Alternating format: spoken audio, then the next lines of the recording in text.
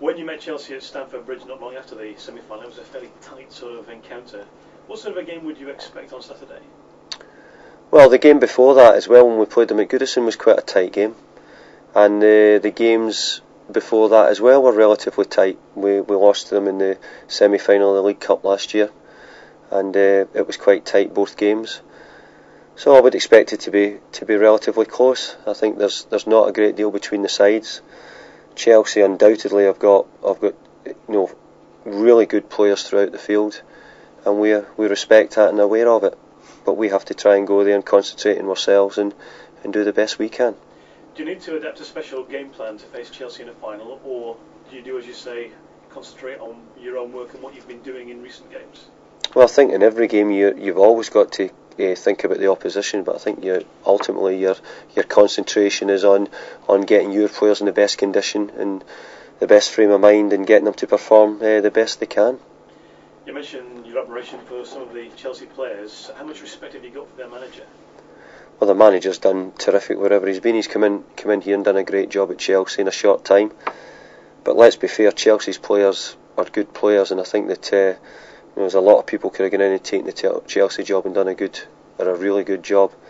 But Gus Hiddink's experience from career in Australia and all the club sides he's had as well has shown, and he's certainly steadied Chelsea, and they've been a very solid side in the last 3 or 4 months.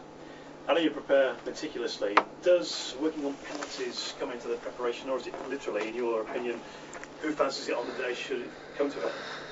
Well, I think there's a bit of both. I think that how do you know what players are going to be in the pitch at the end of 120 minutes if it goes to penalties, etc. So I think in your mind you can always be thinking about it, but I think ultimately it's the football prior to it you're thinking about more than anything, and getting your team ready and prepared for those 90 minutes to start with.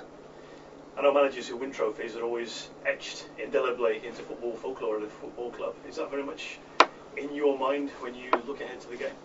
No, not really. I'm only interested in Everton winning something.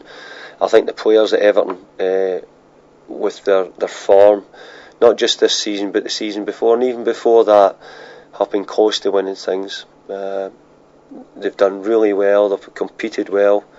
So I've said, I think before the last interview, before the semi-final, we're due to win something soon, and that doesn't change for me. We've got a great team spirit here.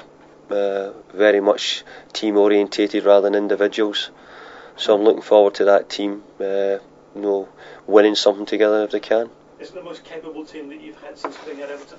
Undoubtedly the best team I've had since I've been at Everton. Best players, best chance of winning things. The football has come on, so all round there's been a great progression between those players.